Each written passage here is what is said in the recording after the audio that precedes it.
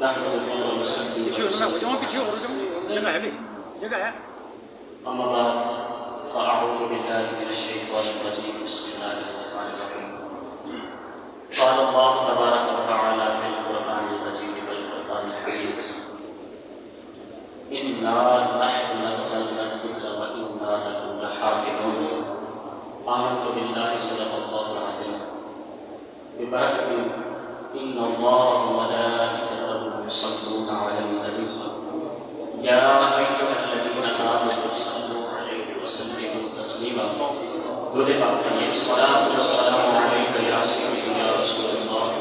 وعلى آلك وأصحابك يا سيدي يا حبيب الله الصلاة والسلام عليك يا سيدي يا نبي الله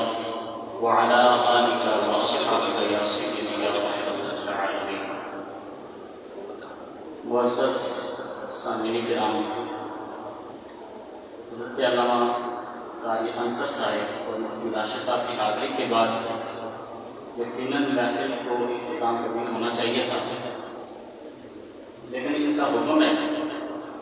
اور عربی کا ایک مقولہ ہے کہ الحکم فوق الادب، تو ان کے حکم کی تعمیل میں میں حاضر ہوا ہوں. بس انشاءاللہ کوشش تو ہوگی کہ جلدی دعا ہو جائے. احباب جی وقت آج کی یہ محفل ختم تلاوت قرآن مجید کے حوالے سے انعقاد پذیر ہے. قرآن مجید اللہ تبارک و تعالیٰ کی ایسی ذرائع کتاب ہے کہ یہ حضور نبی رحمت صلی اللہ علیہ وسلم کا ایک معجزہ ہے اور قیامت تک کے لیے ہے، کیونکہ انبیاء کو جتنے بھی معجزات دیے گئے اگر آپ ان کی ڈیٹیل میں جائیں تو وہ اس دور کے حساب سے تھے کہ جس دور میں جس چیز کا عروج ہوتا اللہ تبارک تعالیٰ اپنے نبی کو اسی قبیل سے معجزہ عطا فرماتا. جیسے حضرت صالح علیہ السلام کا دور تھا تو اس وقت پتھر کے تراشے بنانے کا یا پتھر سے چیزیں بنانے کا بڑا عروج تھا، لوگوں کے پاس بڑا فن تھا، تو اللہ تبارک و تعالیٰ نے اپنے نبی کو یہ معجزہ عطا فرمایا کہ آپ نے پتھر سے اونٹنی پیدا فرمائی اور اللہ نے اس کے اندر روح دی. سبحان اللہ سبحان اللہ. گویا ان کے تمام جو چیزیں تھیں، تمام کمالات وہ زیر ہو گئی. اسی طرح حضرت عیسیٰ علیہ السلام کو دیکھیں، آپ کے دور میں طب یونانی کا بڑا عروج تھا، لیکن 2 یا 3 چیزیں ایسی تھیں کہ وہ نہیں کر سکتے تھے. ایک مردوں کو زندہ کرنا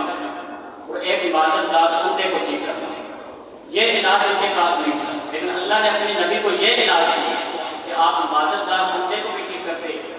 اور اللہ کے حکم سے مردے کو زندہ کرتے. تو آگے حضور نبی رحمت صلی اللہ علیہ وسلم کا دور آیا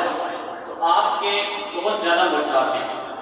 بلکہ علماء تو یوں بیان کرتے ہیں کہ جتنے پچھلے انبیاء کو معجزات دیے گئے وہ سب آپ کی ذات میں جمع فرما دیے گئے، لیکن 2 آپ کے بڑے معجزات ہیں کیونکہ آپ کا دور کوئی مختصر نہیں تھا، قیامت تک کا دور تھا. تو 2 معجزات ایسے دیے گئے کہ جو قیامت تک کے لوگوں کے لیے ایک نشانی اور ایک مثال کی حیثیت رکھتی ہے. ان میں سے ایک قرآن مجید ہے اور دوسرا معجزہ معراج ہے. قرآن مجید کے حوالے سے بات کرتے ہیں کہ حضور نبی رحمت صلی اللہ علیہ وسلم کے دور میں فصاحت و بلاغت اور شعر و شاعری کا بڑا دور تھا. شعراء اپنے کلام کو کعبۃ اللہ پہ لٹکا دیتے ہیں اور آج بھی درس نظامی کی ایک کتاب ہے سبا معلقہ. سبا مطلب 7 معلقہ، یعنی کہ وہ لٹکائے گئے قصیدے جو تھے سبا معلقہ پہ پڑھائے جاتے ہیں. اس دور میں وہ اپنے ان شاعری صحیفوں کو وہاں پہ لٹکا دیتے تھے اور بڑا فخر محسوس کرتے تھے کہ ہمارا مقابلہ کوئی نہیں کر سکتا ہے. تو حضور صلی اللہ علیہ وسلم ان لوگوں میں تشریف لائے اور پھر اللہ نے آپ پہ قرآن نازل کیا. آپ نے ان سے کہا فقولوا لا الہ الا اللہ، یعنی کہ اللہ کے ایک ہونے کی دعوت دی. تو ان لوگوں نے آگے سے یہ بات کہہ کے انکار کر دیا کہ الا اساطیر الاولین، یہ کلام بس پچھلے لوگوں کی گڑی ہوئی کہانیاں ہیں، کس سے کہانیاں ہیں، کوئی کلام اس طرح کا نہیں ہے مستند. تو پھر قرآن نے ان کو چیلنج کیا. 3 طرح کے چیلنج آتے ہیں. سب سے پہلا چیلنج قرآن نے ان کو یہ کیا کہ فَلْيَأْتُوا بسورۃ من مثلہ فلیأتوا بحدیث من مثلہ، کہ اس کی مثل کوئی کتاب کو لے آؤ، وہ عاجز ہو کے نہ لا سکے۔ پھر قرآن نے دوسرا چیلنج کیا، فأتوا بعشر سور مثلہ، کہ اپنی گڑی ہوئی کوئی 10 صورتیں لے آؤ، پوری کتاب لانے سے تو عاجز ہو، 10 صورتیں لے آؤ، تو پھر بھی وہ نہ لا سکے۔ پھر قرآن نے تیسرا چیلنج کیا، فأتوا بسورۃ من مثلہ، کوئی ایک صورت کو لے آؤ، تو وہ یہ لانے سے بھی قاصر رہے اور لا سکتے بھی نہیں، کیونکہ یہ اللہ تبارک تعالیٰ کی ایک عظیم معجزانہ کتاب ہے، اور یقیناً اس کتاب کا مقابلہ وہ تو کیا قیامت تک آنے والے لوگ بھی نہیں کر سکتے۔ اب ابھی جی بتا، وقت چونکہ بہت کم گیا، میں اپنی تقریر کو مختصر کرتا ہوں کہ قرآن مجید کے بہت زیادہ فضائل و فوائد ہیں۔ قاری صاحبان نے آپ کو قرآن مجید سنایا، اس حوالے سے ایک حدیث مبارکہ کا مفہوم، اور آپ نے سنا کیا اس کا بھی فائدہ ہے، اس حوالے سے ایک حدیث پاک کا مفہوم بیان کر کے انشاءاللہ آپ کی طرف بڑھتے ہیں۔ حضور نبی اکرم صلی اللہ علیہ وسلم کی حدیث مبارکہ کا مفہوم ہے کہ جس شخص نے قرآن مجید پڑھا اور اس پہ عمل کیا، جس شخص نے قرآن مجید پڑھا اور اس پہ عمل کیا، کہ قیامت والے دن اللہ تبارک تعالیٰ اس کے والدین کے سر پہ ایک ایسا تاج سجائے گا کہ جس کی روشنی سورج کی روشنی سے بھی جاتا ہو۔ سبحان اللہ، سبحان اللہ۔ اب ابھی جی بتا، یہاں پہ صرف پڑھنے کی بات ہو رہی ہے کہ جس نے قرآن مجید دیکھ کے پڑھا، تو اندازہ لگائیے کہ جس نے حفظ کیا اور حرف بحرف آپ کو سنایا، تو پھر اس شخص کی شان کیا ہو۔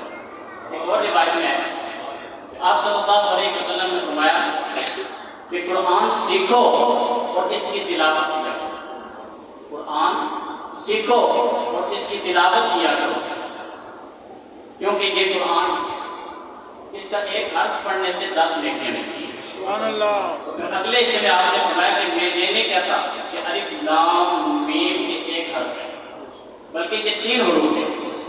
اور آگے اس کی ڈیٹیل میں جایا جائے تو یہ 9 حروف بن جاتے ہیں۔ تو الف لام میم صرف پڑھنے سے اللہ تبارک تعالیٰ اگر 90 نیکیاں دے سکتا ہے، تو پورا قرآن پاک پڑھنے سے حساب لگا۔ تو پھر جنہوں نے سوال کی تو ان کے لیے ایک حدیث مبارکہ میں ہے کہ جو شخص قرآن مجید کی ایک آیت کی تلاوت سنے تو وہ آیت اللہ تبارک تعالیٰ کی بارگاہ میں قیامت والے دن اس کے لیے نور بن جائے گی۔ سبحان اللہ، سبحان اللہ۔ صرف ایک آیت سننے سے۔ اور ایک اور حدیث مبارکہ میں ہے، حضرت ابو ذر سے روایت ہے، آپ فرماتے ہیں کہ حضور نبی رحمت صلی اللہ علیہ وسلم نے مجھے مخاطب کر کے کہا کہ اے ابو ذر، صبح صبح قرآن مجید کی ایک آیت سیکھا کر، کیونکہ یہ ایک آیت کا سیکھنا 100 نفل ادا کرنے سے بہتر ہے۔ سبحان اللہ، سبحان اللہ۔ ایک آیت کا سیکھنا 100 نفل ادا کرنے سے بہتر ہے۔ پھر فرمایا کہ اگر قرآن مجید کا ایک باب سیکھ لیا جائے، چاہے اس پہ عمل ہو یا نہ ہو، قرآن مجید کا ایک باب سیکھ لیا جائے، عمل ہو یا نہ ہو، اللہ تبارک تعالیٰ 1000 نفلوں سے زیادہ سبحان اللہ، سبحان اللہ۔ ہمارے جی بتا، آپ نے قرآن مجید سنا،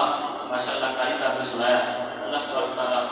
آپ تمام کو جزائے خیر عطا فرمائے۔ لیکن یاد رکھیے کہ قرآن مجید کو صرف سننا اور پڑھنا یہ کافی نہیں ہے، بلکہ اس پہ عمل بھی ضروری ہے، اس کو سمجھنا بھی ضروری ہے۔ اگر دیکھا جائے تو تعلیمات قرآن 3 طرح کی ہیں۔ سب سے پہلے اس میں تلاوت قرآن پاک، اس کے بعد تفہیم قرآن پاک، اور اس کے بعد سمجھنے کے بعد عمل۔ تو آج ہمارے اندر یقیناً تینوں کی کمی پائی جاتی ہے۔ ہمارے پاس اتنے اچھے قاری حضرات موجود ہوتے ہیں، یہاں پہ میں سوچ رہا تھا ابھی کہ یہاں پہ جوش خطابت بھی موجود ہے اور سروں کے بادشاہ بھی موجود ہیں، اور قرآن بھی اتنا اچھا پڑھتے ہیں۔ تو آپ اپنے بچوں کو قرآن مجید کی تعلیم ضرور دلوائیں، کوشش کریں کہ ہر بندے کا کم از کم ایک بیٹا یا ایک بیٹی اس کو دین کی طرف لگائے، کیونکہ یہ بڑے اجر و ثواب کی بات ہے، صدقہ جاریہ ہے۔ ایک روایت آپ اکثر سنتے رہتے ہیں کہ ایک شخص بڑا گنہگار تھا، یعنی کوئی ایسا گناہ نہیں ہوتا ہوگا جو اس نے نہیں کیا، لیکن جب اللہ تبارک تعالیٰ نے ہدایت دینی چاہیے تو اس کو خیال آیا کہ میری تو پوری زندگی اسی طرح گزر گئی،